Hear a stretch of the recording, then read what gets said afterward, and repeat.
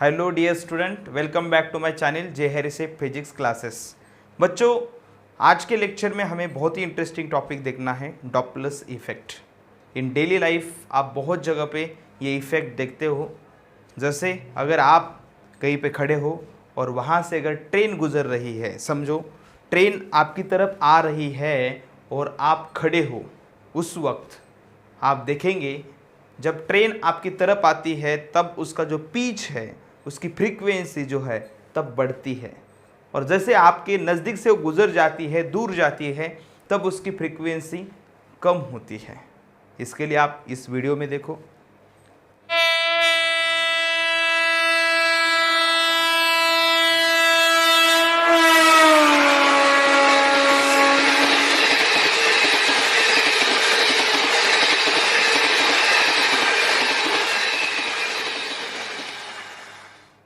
अब इस वीडियो से आपने ऑब्जर्व किया है, हम ये डायग्राम से समझेंगे। समझो, जब ये पर्सन है, समझो, ओके, और यहाँ से ट्रेन आ रही है, ऐसा कम कंसिडर कर रहे हैं हम लोग, ओके। तब बच्चों क्या होता है, जब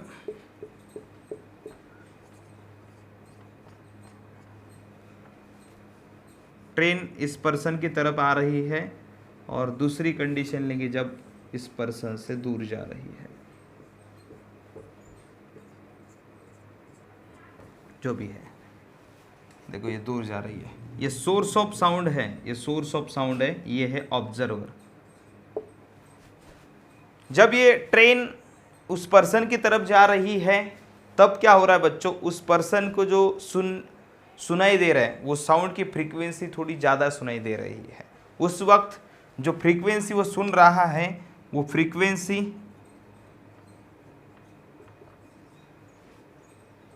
बढ़ रही है, उसके सुनने में बढ़ रही है। एक्चुअली सोर्स की फ्रीक्वेंसी चेंज नहीं होती, लेकिन जो सुनने वाला है उसको वो ज़्यादा ही सुनाई देती है। उसे कहते हैं एपरेंट फ्रीक्वेंसी, मतलब जो रियल फ्रीक्वेंसी है उससे थोड़ा ज़्यादा सुनाई देना, यानी होता है एपरेंट फ्रीक्वेंसी, ओके। जब ये ट्रेन नज़दीक आती है तब फ्रीक्वेंसी बढ़ जाती है, सुनने वालों को ज़्यादा फ्रीक्वेंसी सुनाई देती है। फ्रीक्वेंसी बढ़ना मतलब पिच बढ़ना, मतलब श्रीलनेस जो होता है, साउंड का जो श्रीलनेस है वो बढ़ जाता है, ओके। जैसे वो ट्रेन उस पर्सन के नज़दीक आ गए, नज़दीक से गुजर गए, जैसे वो गुजर जाती है सडनली उसकी फ्रीक्वेंसी आपको कम सुनाई देती है, फिर उसकी फ्रीक्वेंसी स्लो डाउन नीचे, मतलब कम हुई हुई दिखती है आपको। उसकी फ्रीक्वेंसी जैसे इस पर्सन से दूर जाएगी ये ट्रेन, तो फ्रीक्वेंसी जो ये पर्सन सुनता है वो फ्रीक्वेंसी क्या होती है बच्चों,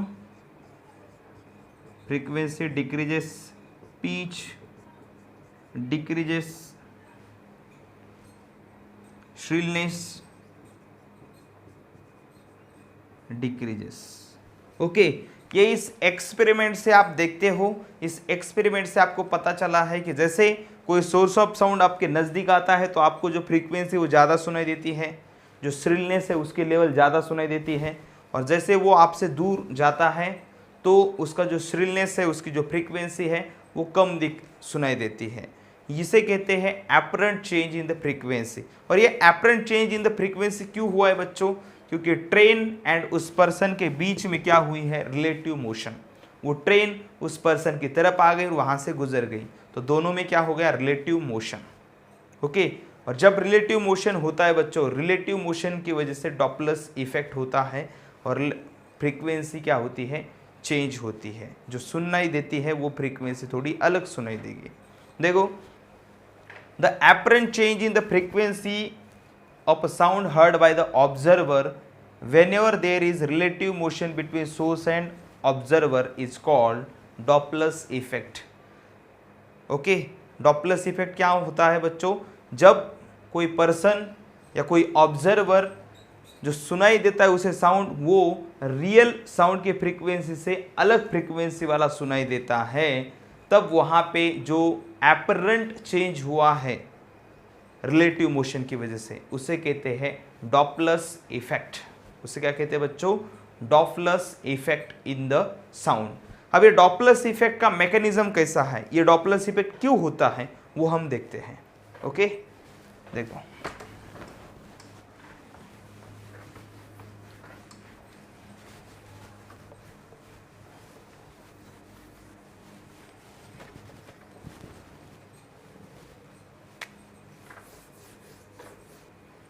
बच्चों, मैं कंसिडर करता हूँ कोई सोर्स है, यहाँ पे सोर्स है यस, एंड ये है ऑब्जर्वर, यहाँ से साउंड जनरेट हो रहा है और ये है ऑब्जर्वर, कंसिडर करो। ओके, यहाँ सोर्स से क्या हो रहा है, साउंड वेव जनरेट हो रही है।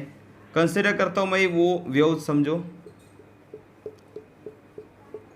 देखो कितनी, 1 2 3 4 5 6 7 8 9 10 11 12 वेव्स हैं, कंसिडर करो। ओके, अब क्या होता है बच्चों, ये साउंड का जो सोर्स है ये 12 वेव जनरेट करता है, और जितनी वो जनरेट करेगा, अभी सोर्स भी रेस्ट में है एंड ऑब्जर्वर भी रेस्ट में, दोनों रेस्ट में, ऐसा कंसिडर करते हैं।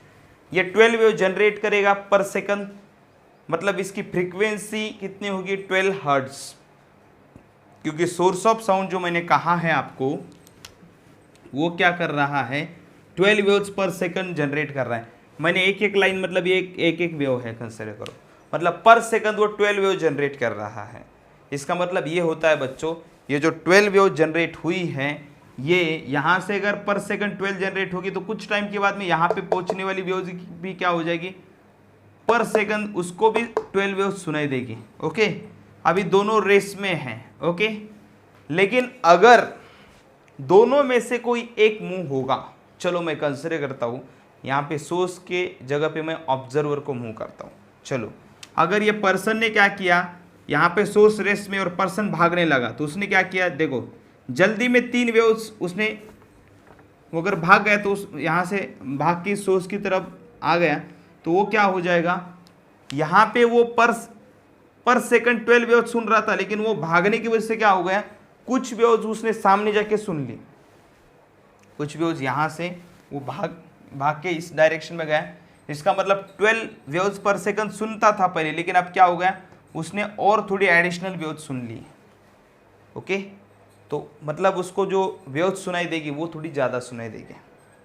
ओके, या दूसरा एग्जांपल हम ऐसा कंसिडर करते कि ये साउंड का जो सोर्स है, ये अगर समझो मूव होने लगा, तो अगर ये मूव होता है, अगर ऑब्जर्वर रेस में, ऐसा कंसिडर करो। ओके, और वो अभी वो 12 वेव्स सुन रहा है, लेकिन अगर साउंड का सोर्स अगर मूव हो गया, तो पहले 12 सुन रहा था, यहाँ पे जो था वो 12 सुन रहा था, लेकिन क्या हो गया, सोर्स ऑफ साउंड अगर भागने लगा ऑब्जर्वर की तरफ, तो सोर्स ऑफ साउंड क्या करेगा, वो पहले 12 वेव्स उसको मिली, लेकिन इसको 12 वेव्स मिल गई, यहाँ से उसने 12 इमिट की, 12 मिल गई, लेकिन ये भाग के यहाँ आ गया, तो बाद में जो पहुंचने वाली वेव्स थी कुछ टाइम के बाद में, क्योंकि सोर्स इमिट करने के बाद में कुछ टाइम के बाद में कहाँ पे पहुंचती है, ऑब्जर्वर की जगह पे। इसका मतलब ऑब्जर्वर को सुनने का रेट पहले कांस्टेंट था, 12 वेव्स पर सेकंड, 12 वेव्स पर सेकंड, 12 वेव्स पर सेकंड, लेकिन अब क्या हो गया, यहाँ का जो सोर्स है वो ऑब्जर्वर की तरफ भागा, उसकी वजह से क्या हुआ, ऑब्जर्वर की तरफ भागने की वजह से ऑब्जर्वर ने ऑलरेडी 12 वेव्स सुनी थी, लेकिन अब सोर्स जल्दी से आ गया उसकी तरफ और कहा कि और सुन ले, ऐसा हो गया, मतलब उसको और ज्यादा वेव्स सुननी पड़ी, किसको, ऑब्जर्वर को। इसका मतलब यह सोर्स ऑब्जर्वर की तरफ जाने की वजह से वो जो पहले जितनी वेव्स सुनता था पर सेकंड, उससे भी और एडिशनल वेव्स उसको सुनने पड़ेगी, क्योंकि वो उसकी तरफ जा रहा है। पहले 12 वेव्स गई थी उसकी जगह पे, उसको सुनने के लिए 12 वेव्स गई थी जो रेगुलर जाती है, लेकिन ये सोर्स भाग के उसकी तरफ गया, तो अभी जो प्रोड्यूस की सोर्स ने वो भी सुनाई दी, किसको, ऑब्जर्वर को। मतलब जो रेगुलर आती थी वो प्लस वो नज़दीक आ गया, तो उस वक्त उसने जो भी इमिट की इसने वो भी सुनाई देगी, मतलब उसको वेव्स पहले जितनी सुनाई देती थी उससे ज़्यादा वेव्स पर सेकंड सुननी पड़ी है, वो सुनेगा पर सेकंड, वो ज़्यादा वेव्स सुन रहा है पहले से। इसका मतलब जो उसको सुनाई दे रहा है उस साउंड की फ्रीक्वेंसी पहले से ज़्यादा बढ़ गई है। क्यों बढ़ गई, क्योंकि यहाँ पे सोर्स ऑब्जर्वर की तरफ गया है। वही एग्जाम्पल अगर हम इस सोर्स को अगर दूर गया ऐसा कंसिडर करेंगे तो क्या हो जाएगा, सोर्स अगर दूर जाएगा तो पहले सोर्स कितनी वेव्स सुन रहा था, देखो काउंट करो, एक लाइन से एक वेव्स को रिप्रेजेंट किया। कुछ लोग कहेंगे सर ये वेव्स ऐसे लाइन से क्यों रिप्रेजेंट किए, उसको जस्ट मैंने यहाँ पे आपको समझाने के लिए लाइन से यहाँ पे डिनोट की है। ओके, तो यहाँ पे आपको एक एक वेव को एक एक लाइन से डिनोट किया है। तो इतना समझो कि पर सेकंड इस पर्सन को कितनी वेव्स सुनाई दे रही थी अभी, 12 वेव्स पर सेकंड, मतलब 12 हर्ट्ज फ्रीक्वेंसी सुनाई दे रही थी। लेकिन क्या हो गया, अगर ये सोर्स समझो दूर जा रहा है, तो दूर जा रहा है तो क्या होगा, पहले जो 12 सुनाई देती थी, लेकिन अब वो भाग रहा है ना दूर, तो जो वेव्स यहाँ पे राइट टाइम पे पहुंचने वाली थी 12 वेव्स पर सेकंड, लेकिन ये दूर जाने की वजह से उस वेव्स को यहां से निकल के यहां जाने के लिए टाइम और ज्यादा लगेगा। क्यों ज्यादा लगेगा, क्योंकि ये जो सोर्स है ये ऑब्जर्वर से दूर गया है। अगर ये दूर जाएगा तो वहां से जो वेव्स इसको जल्दी सुनाई देने वाली थी, रेगुलर इंटरवल के बाद में जो सुनाई देती थी पहले 12 वेव्स पर सेकंड, 12 वेव्स पर सेकंड, 12 वेव्स पर सेकंड, लेकिन अभी सोर्स दूर जाने की वजह से जो वेव्स है वो थोड़ी दूर गई, वहां से उनको आके इस पर्सन को सुनने के लिए थोड़ा टाइम लगेगा, उस वेव्स को सुनाई देने के लिए टाइम लगेगा, मतलब उसको पर सेकंड वेव्स पहले से कम सुनाई देगी, मतलब वेव्स की फ्रीक्वेंसी कैसे हो गई, फिर कम हो गई। ओके, इसका मतलब अगर इससे एक कंक्लूजन और निकलता है बच्चों, if distance between source and observer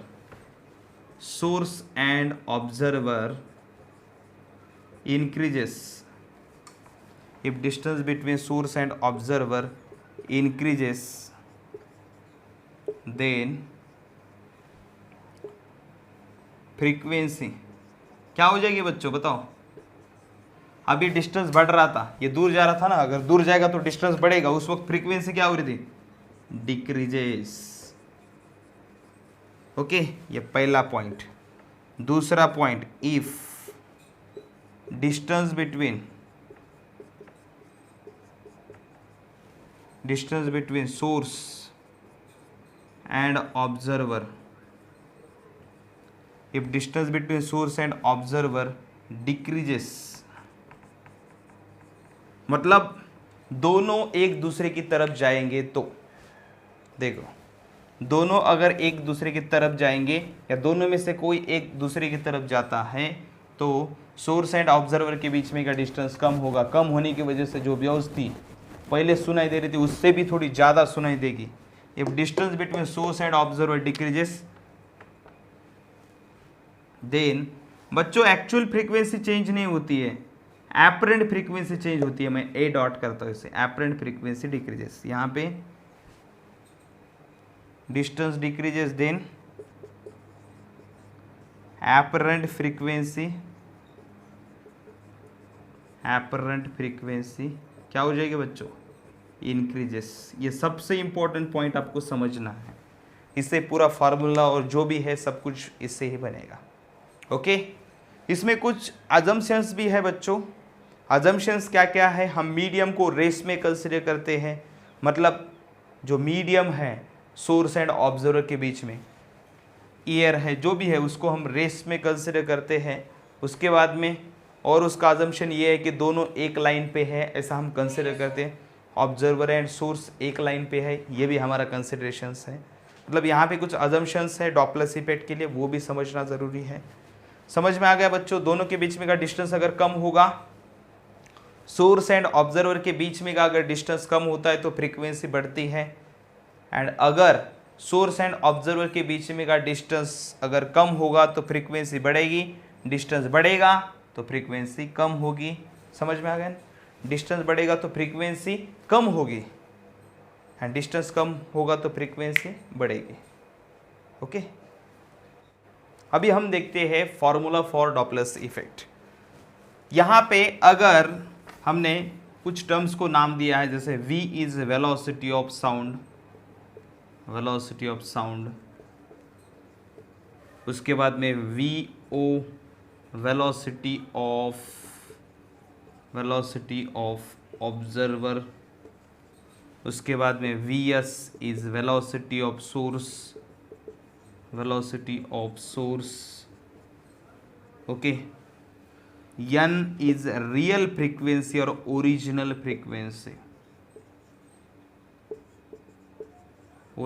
frequency of sound, okay. उसके बाद में na इज एपरेंट फ्रीक्वेंसी,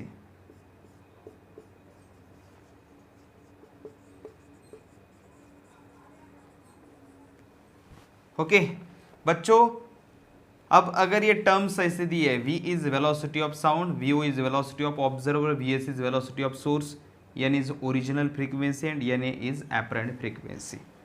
जैसे मैंने आपको कहा है, सोर्स एंड ऑब्जर्वर के बीच में अगर रिलेटिव मोशन होगा तो ऑब्जर्वर को जो सुनाई देता है साउंड, उसकी फ्रीक्वेंसी चेंज होती है। तो उसके लिए एक फार्मूले की ज़रूरत है, तो हम उसका जो फार्मूला है वो देखते हैं। N A is apparent frequency. Apparent frequency क्या होगी?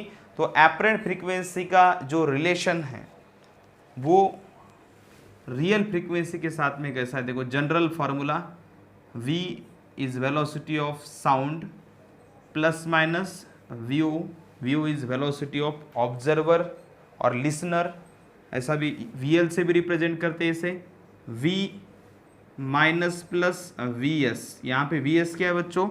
vs is velocity of source. जैसे हमने जो अभी ट्रेन का एग्जांपल लिया था, वो ट्रेन जब अप्रोचिंग थी आपके तरफ, तो उस ट्रेन का जो भी मतलब ये v है वेलोसिटी ऑफ साउंड, ट्रेन से जो साउंड निकलता है उसकी वेलोसिटी है v, एंड खुद जो ट्रेन भाग रही है, ट्रेन की अप्रोच होने की जो वेलोसिटी है उसे vs से रिप्रेजेंट करते हैं, and n is real frequency. Okay, अब देखो बच्चों, इसमें ये प्लस माइनस कब लेना, उसके लिए अलग अलग ट्रिक्स हैं, लेकिन मैं आपको पहले बताता हूँ कुछ ध्यान में रखने के ट्रिक, और बाद में वो कैसे वो मैं बताता हूँ। इसमें बच्चों upper sign in numerator and denominator are used for approaching.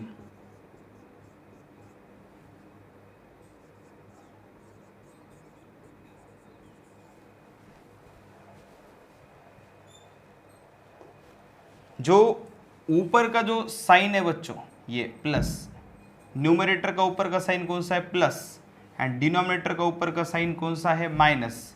ये जो अपर के जो साइंस है जिसमें प्लस एंड माइनस है, न्यूमरेटर में प्लस एंड डिनोमिनेटर में ऊपर क्या है? माइनस है। ये दोनों साइन कब यूज करने हैं?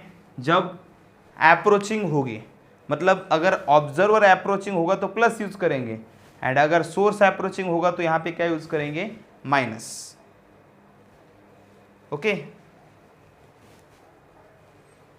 और दूसरा देखो, दूसरा साइन कन्वेंशन आपको समझना है। Lower sign in numerator and denominator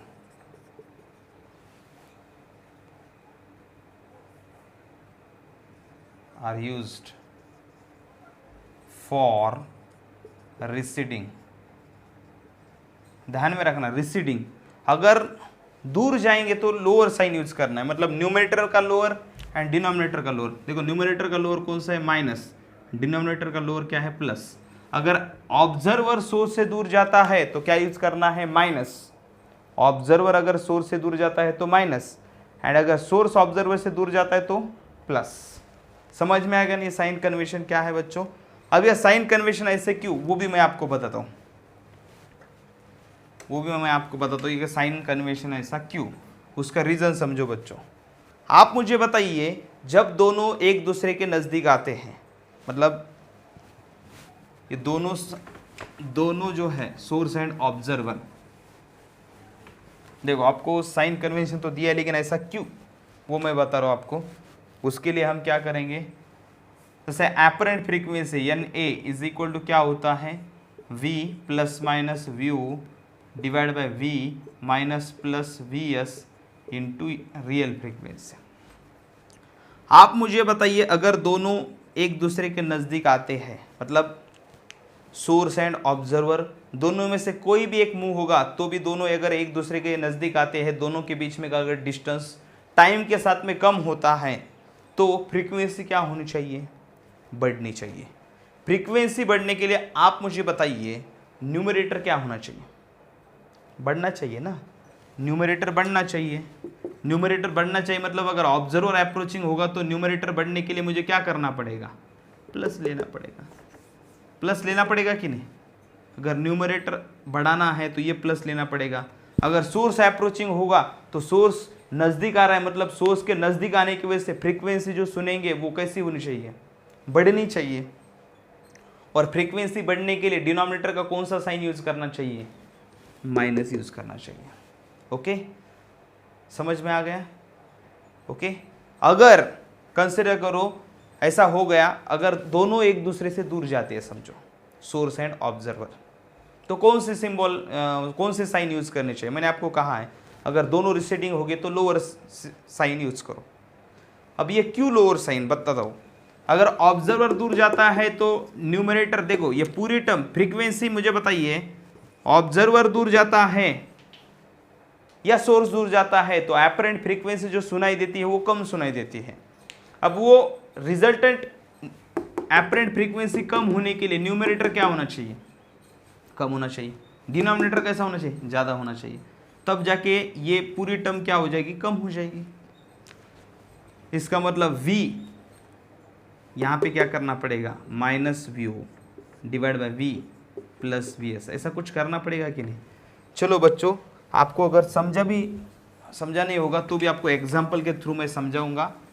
सिर्फ आपको समझना है कि ये जो अपर साइन जो है, आपको अगर ये कैसे है ये भी नहीं समझा तो भी चलेगा, ध्यान में रखेंगे तो भी चलेगा। अपर साइन है ये किसके लिए यूज करना है, दोनों के अपर साइन, देखो ऊपर का प्लस एंड नीचे का माइनस। अगर ऑब्जर्वर अप्रोचिंग होगी तो प्लस लेना है, सोर्स अप्रोचिंग होगा तो माइनस लेना है नीचे का। ऑब्जर्वर रिसीडिंग होगा तो ऊपर का क्या लेना है, माइनस, सोर्स रिसीडिंग होगा तो नीचे का प्लस। समझ में आया कि नहीं, मतलब अपर साइन अप्रोचिंग के लिए है, लोअर साइन रिसीडिंग के लिए है। ओके, अगर आपको फार्मूले से भी कुछ थोड़ा सा कंफ्यूजन होगा तो हम अब डॉपलर इफेक्ट के अलग अलग केसेस लेने वाले हैं, उसमें आपको डेफिनेटली जो कंसेप्ट क्लियर नहीं हुई है वो अब होगी। ओके, तो इसमें देखते हैं अभी डिफरेंट टाइप ऑफ केसेस। पहली केस लेते हैं बच्चों जिसमें source is moving towards stationary observer. जैसे कुछ टाइम पहले मैंने आपको कहा था, अगर ट्रेन आपकी तरफ आ रही है, आप ऑब्जर्वर हो, आप रेस्ट में हो, और ट्रेन मतलब ये है सोर्स ऑफ साउंड, और उसने हॉर्न दिया है, मतलब उसने हॉर्न दिया है और वो आपकी तरफ आ रही है, सोर्स ऑफ साउंड है ट्रेन, और आप हो ऑब्जर्वर, आपकी तरफ आ रही है ट्रेन। तो उस वक्त डॉपलर इफेक्ट में जो आपकी जो फ्रीक्वेंसी, जो आपको फ्रीक्वेंसी सुनाई दे रही है, उस फ्रीक्वेंसी का फार्मूला कैसे होगा, वो एपरेंट फ्रीक्वेंसी होगी, आप रियल फ्रीक्वेंसी नहीं सुनेंगे। उस वक्त जो आप सुनेंगे वो होगी एपरेंट फ्रीक्वेंसी। वो एपरेंट फ्रीक्वेंसी कितनी होती है, देखो एपरेंट फ्रीक्वेंसी का जनरल फार्मूला हमने देखा था अभी अभी, v plus minus V O divide by v minus plus we S. ये ध्यान में रखना बहुत ईजी है बच्चों, आप सबको पता है, इंटू एन आप सबको पता है, ओ पहले आता है अल्फ़ाबेट्स में भी, इसलिए ऑब्जर्वर ऊपर है और यस बाद में आता है, नीचे है यस वाला। ये ध्यान में रखने की एक बात बताई मैंने आपको सिर्फ। अब देखो बच्चों, यहाँ पे source is moving towards stationary observer. Stationary observer से क्या पता चलता है, स्टेशनरी ऑब्जर्वर मतलब velocity of observer equal to 0। Okay, और दूसरी बात source is moving towards, towards है मतलब क्या करना पड़ेगा, अगर सोर्स आपकी तरफ आता है, ट्रेन आपकी तरफ आती है, तो आपको फ्रीक्वेंसी कैसे सुनाई देती है, ज़्यादा सुनाई देती है कि नहीं, जो रियल फ्रीक्वेंसी है उससे आपको ज़्यादा फ्रीक्वेंसी सुनाई देती है। अगर ये फ्रीक्वेंसी ज़्यादा करना है तो न्यूमरेटर तो कुछ नहीं हो सकता, क्योंकि ऑब्जर्वर रेस में तो न्यूमरेटर ऑब्जर्वर की वेलोसिटी 0 है। लेकिन अगर एपरेंट फ्रीक्वेंसी बढ़ाना है तो आप सबको पता है एपरेंट फ्रीक्वेंसी का फार्मूला क्या आएगा बच्चों, ऑब्जर्वर रेस में है मतलब क्या करेंगे, v plus 0 divide by v। आप मुझे बताइए सोर्स इज मूविंग टूवर्ड्स, अगर टूवर्ड्स होगा अप्रोचिंग है सोर्स, सोर्स अगर अप्रोचिंग होगा, मैंने आप सबको बताया है अगर सोर्स या ऑब्जर्वर अप्रोचिंग हो गए तो इस फॉर्मूले के अपर साइन यूज करो। अपर साइन यहाँ पे कौन सा है, देखो अपर साइन कौन सा है, निगेटिव, मतलब हम यहाँ पे निगेटिव यूज करेंगे, into V S into N. इसका मतलब फार्मूला क्या बन जाएगा, ये apparent frequency N A equal to v divide by v minus V S into N. Okay, दूसरा देखते हैं, देखो if source is moving toward stationary observer था। अब अभी हम इसके अपोजिट केस लेते हैं, मतलब कैसे देखो, if source is moving towards stationery observer था, अब source is moving away from the stationary observer, ऐसे अपोजिट केस लेते हैं तो क्या होता है देखो, if source is moving away from stationary observer, observer कैसा है बच्चों, रेस में है, इसका मतलब ऑब्जर्वर की वेलोसिटी है 0। एंड स्टेशनरी कैसा, सोर्स इज मूविंग अवे, देखो अवे वर्ड है, जब सोर्स रिसीडिंग होता है, अगर रिसीडिंग सोर्स या ऑब्जर्वर रिसीडिंग होता है तो हम लोअर जो साइन होता है इस फॉर्मूले में वो यूज करते हैं। इसका मतलब हम क्या करेंगे, N A is equal to V, देखो इस फार्मूला में देखो v प्लस माइनस वी था ना, v plus minus we divide by v minus plus V S into N, ये जनरल फार्मूला है।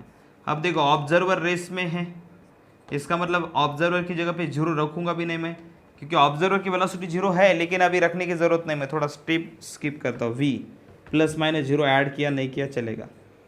v देखो source is moving away, receding है सोर्स ऑब्जर्वर से, इसका मतलब हमें लोअर साइन यूज करना पड़ेगा। लोअर साइन क्या है नीचे, plus V S into frequency N. अभी आपको क्लियर हुआ होगा ये फार्मूला, मुझे लगता है कि अभी आपको कुछ डाउट नहीं होगा।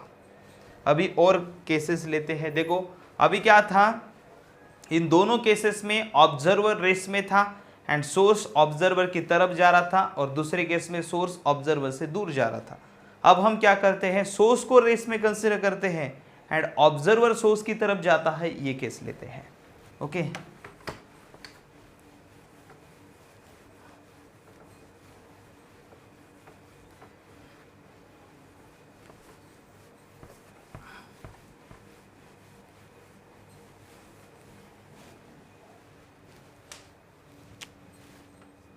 if source is at rest,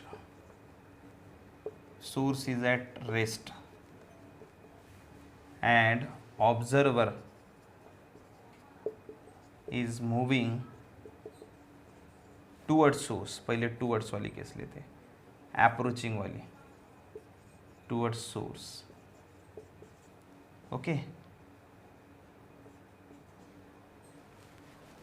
देखो मतलब कैसे केस है, देखो ऑब्जर्वर सोर्स की तरफ जा रहा है, ट्रेन का एग्जांपल लिया था हमने। अगर ट्रेन प्लेटफॉर्म पे खड़ी है और हॉर्न दे रही है, तो यहाँ पे अगर कोई पर्सन है उसको ट्रेन में बैठना है जल्दी से, तो वो भाग रहा है ट्रेन की तरफ। अगर ट्रेन की तरफ वो भाग रहा है और उसकी ट्रेन की वेलोसिटी कितनी है, 0, ऑब्जर्वर की वेलोसिटी है व्यू, रिसीडिंग है, सॉरी मूविंग टूवर्ड्स है, अप्रोचिंग है, ऑब्जर्वर अप्रोचिंग है। जनरल फार्मूला क्या, n A is equal to v plus minus V O divide by v minus plus V S into real frequency n. अब इस फार्मूले में आप रखेंगे तो आपको आंसर मिल जाएगा, n a apparent frequency is equal to v plus minus, देखो ऑब्जर्वर क्या कर रहा है, टूवर्ड्स सोर्स, मतलब observer is moving towards source, मतलब अप्रोचिंग है, तो हमें अगर अप्रोचिंग होगा तो अपर साइन यूज करना पड़ता है। देखो यहाँ का अप्रोच, अपर साइन कौन सा है, प्लस, तो v plus v divide by source rest में है तो v प्लस माइनस प्लस 0 किया, कुछ फर्क नहीं पड़ता, इसलिए मैं ऐसा कुछ नहीं लिखूंगा, तो यहाँ पे n लिखूंगा। ये हो गए फर्स्ट केस। सेकंड केस कैसे लेनी पड़ेगी हमें, if source is at rest and observer moving towards हो गया, अब ऑब्जर्वर मूविंग अवे, ऐसा लेना पड़ेगा। If source is at rest and observer is moving away. जैसे आपको पता है, अगर आप ट्रेन से मतलब ट्रेन से आए हो और अभी ट्रेन से आप नीचे उतर के प्लेटफॉर्म से आप दूर जा रहे हो ट्रेन से, और ट्रेन हॉर्न मार रही है, वहाँ पे अगर ट्रेन का हॉर्न शुरू है, ट्रेन का आवाज़ शुरू है, और लेकिन आप ट्रेन से उतर के अब ट्रेन से दूर भाग रहे हो, अगर ऐसी केस होगी तो उस केस में क्या होगा बच्चों,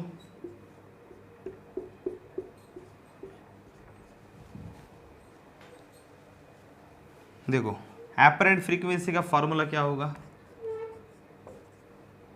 ऑब्जर्वर ट्रेन रेस्ट में है, खड़ी है, ओके, तो सोर्स की वेलोसिटी है 0। एपरेंट फ्रीक्वेंसी का जनरल फार्मूला ही हर वक्त मैं लिख रहा हूँ ताकि आपको लर्न हो जाए, v plus minus V O divide by v minus plus V S into real frequency.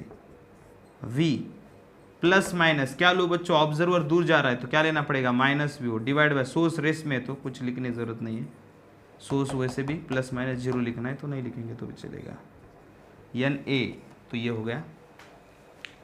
देखो इस केस में क्या हो रहा है, माइनस हो रहा है, मतलब न्यूमरेटर क्या हो रहा है, स्मॉल हो रहा है, ओके, डिनोमिनेटर में v है, न्यूमरेटर क्या हो रहा है, स्मॉल हो रहा है, मतलब एपरेंट फ्रीक्वेंसी क्या हो रही है, कम हो रही है एपरेंट फ्रीक्वेंसी, क्योंकि देखो न्यूमरेटर कैसा है, स्मॉल है, डिनोमिनेटर बड़ा है, इसका मतलब apparent frequency is less than real frequency, क्योंकि यहाँ पे न्यूमरेटर स्मॉल है, डिनोमिनेटर बड़ा है, क्योंकि न्यूमरेटर में v में से कुछ माइनस हो रहा है और डिनोमिनेटर में सीधा v है। यहाँ पे देखो, यहाँ पे जब मतलब if source is at rest, source rest में है एंड ऑब्जर्वर सोर्स की तरफ जा रहा है, उस केस में हमारा फार्मूला क्या आया था, apparent frequency equal to v plus minus we divide by v into n. इसमें न्यूमरेटर देखो ऊपर का कैसा है, बड़ा है, डिनोमिनेटर स्मॉल है, डिनोमिनेटर अगर स्मॉल होगा, न्यूमरेटर बड़ा होगा तो ये टर्म बढ़ जाएगी, वन से बड़ी हो जाएगी, मतलब एपरेंट फ्रीक्वेंसी क्या हो जाएगी, रियल फ्रीक्वेंसी से बड़ी हो जाएगी। ओके, समझ में आ गया बच्चों। और भी कुछ केसेस लेते हैं।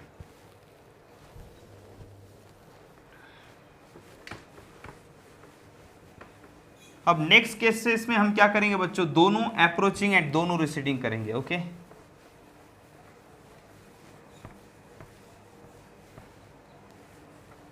फोर केसेस हो गए ना, पहले टू, बाद में टू, अब और टू लेते हैं।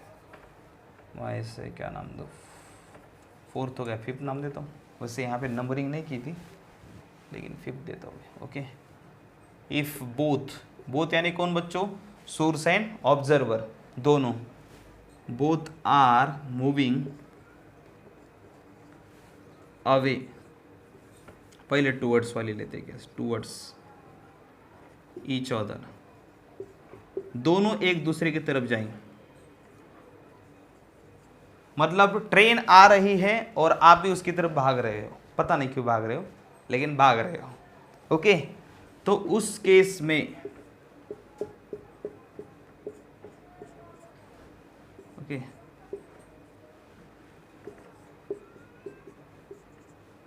व्यू दोनों अप्रोचिंग है बच्चों, इसका मतलब दोनों के बीच में का डिस्टेंस कम हो रहा है। ओके, रिलेटिव मोशन की वजह से दोनों के बीच में का डिस्टेंस कम होगा तो एपरेंट फ्रीक्वेंसी बढ़नी तो है ही, ये तो फिक्स है। अब उसका फॉर्मूला देखते हैं, N A is equal to, general formula क्या है, v plus minus V O divide by v minus plus V S into real frequency n. अब देखो n A is equal to, आप बताओ बच्चों, वी ऑब्जर्वर टूवर्ड्स जा रहा है, किसके, सोर्स के, मतलब कौन सा, दोनों अगर टूवर्ड्स ईच अदर आ रहे, मतलब हमें कौन सा साइन यूज करना पड़ेगा, अप्रोचिंग हो गए तो अपर साइन यूज करते हैं, यहाँ पे दोनों अप्रोचिंग है तो दोनों के क्या करने पड़ेगा हमें, ऊपर का प्लस एंड नीचे का माइनस, मतलब हमें क्या करना पड़ेगा, v plus v O divide by v minus V S into real frequency n, क्योंकि दोनों अप्रोचिंग है, अगर ऑब्जर्वर अप्रोचिंग होगा तो प्लस, सोर्स अप्रोचिंग होगा तो ऊपर का माइनस, क्योंकि अप्रोचिंग के लिए अपर साइन यूज करते हैं। ओके, अब नेक्स्ट केस लेते हैं। नेक्स्ट केस कैसी है देखो, if both are moving away from each other,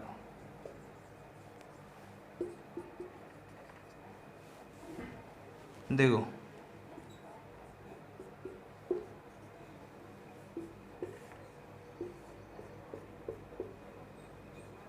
train दूर जा रही है और आप भी दूर जा रहे हो उससे, ऑब्जर्वर भी दूर जा रहा है, सोर्स भी दूर जा रहा है, तो सोर्स का जो साउंड आ रहा है उसकी फ्रीक्वेंसी क्या हो जाएगी, दोनों के बीच में का डिस्टेंस बढ़ रहा है, इसका मतलब फ्रीक्वेंसी कम होनी ही है। लेकिन उसका कम होने का फार्मूला क्या होगा, तो उसके लिए फार्मूला है n A is equal to v plus minus view divide by v minus plus V S into n, ऐसा है। मूविंग अवे है इसलिए क्या करना पड़ेगा, अपर में देखो मूविंग अवे हो गए तो लोअर साइन यूज करते दोनों के, लोअर मतलब माइनस, ऊपर का नीचे का, plus V S into apparent real frequency N.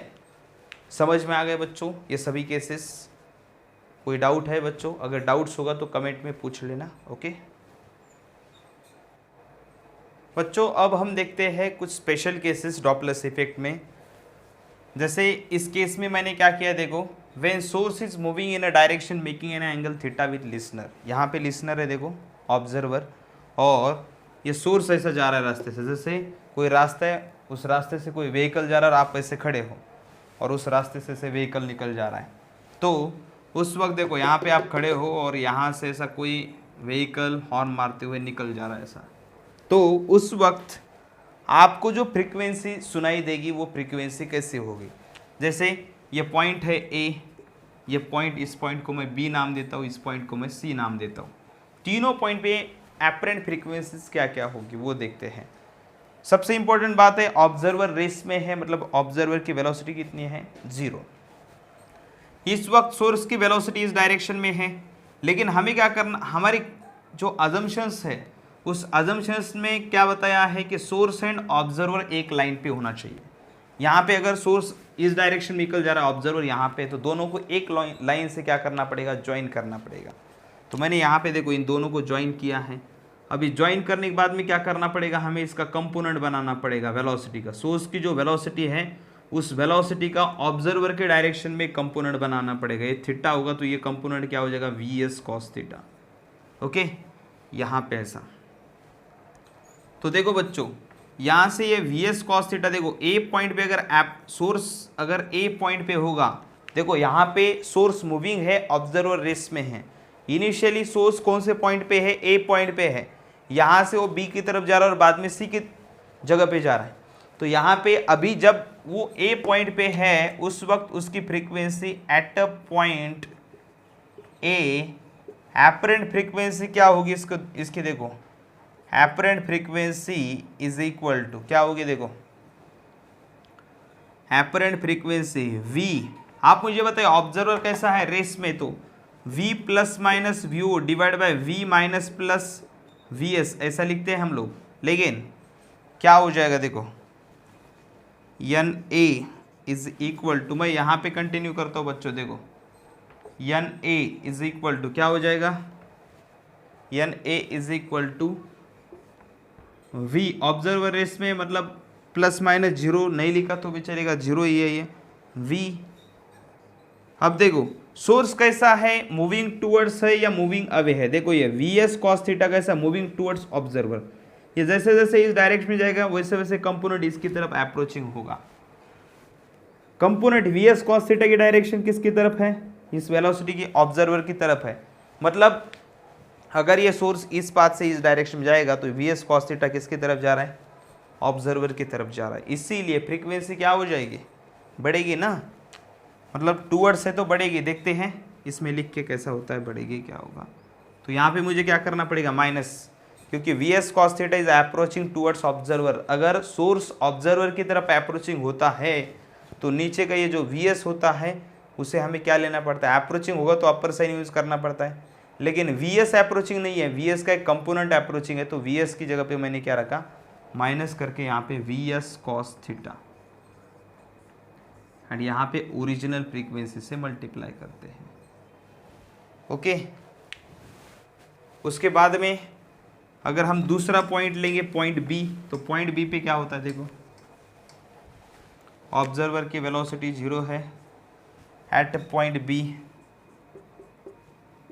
देखो जनरल फार्मूला भी आया था, क्या फार्मूला था, देखो v n is equal to n a apparent frequency is equal to observer की आपको पता है ऑब्जर्वर का जो है समझो वेलोसिटी 0 है, तो v plus minus V O divide by v minus plus V S into original frequency n. Observe इसे कंटिन्यू करते इधर देखो एन ए ऑब्जर्वर रेस में तो v की जगह v plus minus 0, v minus approaching है ऐसा हम कंसिडर करते हैं। देखो V S cos theta approaching है, ये अगर इस जगह पे जाएगा तब तक तो ये v S cos theta approaching है, लेकिन देखो जब इस पॉइंट पे जाएगा तो यहाँ पे इस इन दोनों के लाइन के साथ लाइन को अगर ज्वाइन करेंगे तो एंगल कितना हो गया, ये जो लिसनर है एंड जो सोर्स की डायरेक्शन है, ये लिसनर की जो लाइन है यहाँ से एंड जो सोर्स की डायरेक्शन है, इन दोनों के बीच में एंगल 90 है। अगर 90 होगा तो हमने अगर कुछ टाइम पहले क्या किया था, v minus V S cos theta लिखा था ऐसा अप्रोचिंग के लिए, लेकिन यहाँ पे हम मानते हैं यहाँ तक अप्रोचिंग है, लेकिन बाद में क्या यहाँ तक अप्रोचिंग ज़रूर है, लेकिन यहाँ पे एंगल देखो कितना हो रहा है, एंगल यहाँ पे 90 हो रहा है और यहाँ पे cos 90 रखेंगे तो कितना हो जाएगा, cos थीटा 90 रखेंगे तो 0 हो जाएगा। v ओरिजिनल फ्रीक्वेंसी n है, v divide by v minus 0 into n, v cancel हो जाएगा तो क्या है n. Apparent frequency equal to क्या है, रियल फ्रीक्वेंसी है, यहाँ पे दिख रहा है कि नहीं, apparent frequency is equal to real frequency. Okay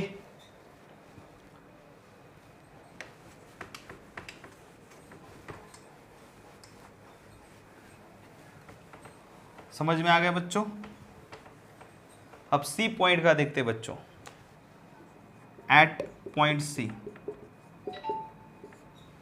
point पे क्या होता है, देखो सी पॉइंट पे यहाँ पे देखो ऐसा है, ये अगर थीटा होगा तो आपको पता है ये थीटा होगा तो अपोजिट एंगल से ये भी थीटा है, अगर ये थीटा है तो इस डायरेक्शन में ये वी एस है बच्चों, ये वी एस है। ओके ये वी एस है, ये वी एस है, ये थीटा होगा तो ये थीटा है, अगर ये वी एस है सोर्स की डायरेक्शन तो इस ये कंपोनेंट क्या हो जाएगा, वी एस कॉस थीटा, ये क्या हो जाएगा वी एस कॉस थीटा। ये देखो ऑब्जर्वर यहाँ पे है, ये है ऑब्जर्वर, ऑब्जर्वर से क्या हो रहा है, वी एस कॉस थीटा कैसा जा रहा है, देखो दूर जा रहा है। देखो सोर्स की वेलोसिटी, हमें जनरल फार्मूला क्या है, apparent frequency is equal to v plus minus view divide by v minus plus V S into n, जरूर ऐसा फार्मूला है। ऑब्जर्वर रेस में तो फार्मूला क्या हो जाएगा फिर, apparent frequency at a point c is equal to v, observer की वेलोसिटी 0 है तो प्लस माइनस 0 नहीं लिखा मैंने यहाँ पे 0, क्योंकि ये 0 है तो लिखने की ज़रूरत नहीं, v। देखो अभी इस लाइन को ज्वाइन किया है तो इस लाइन से ये वी एस कॉस थीटा दूर जा रहा है तो मैं क्या करूँगा, प्लस, रिसीडिंग होगा तो प्लस होता है, लोअर साइन यूज़ करते हैं, प्लस इंटू ये v s, okay into n. समझ में आ गया। तो इस तरह से ये एपरेंट, ये स्पेशल केस एक ली थी जिसमें एपरेंट फ्रीक्वेंसी हमने 3 पॉइंट पे देखी, point a, point b and point c, और तीनों पॉइंट पे फ्रीक्वेंसी का क्या इफेक्ट है उसे हमने देखा ही है। ओके समझ में आ गया।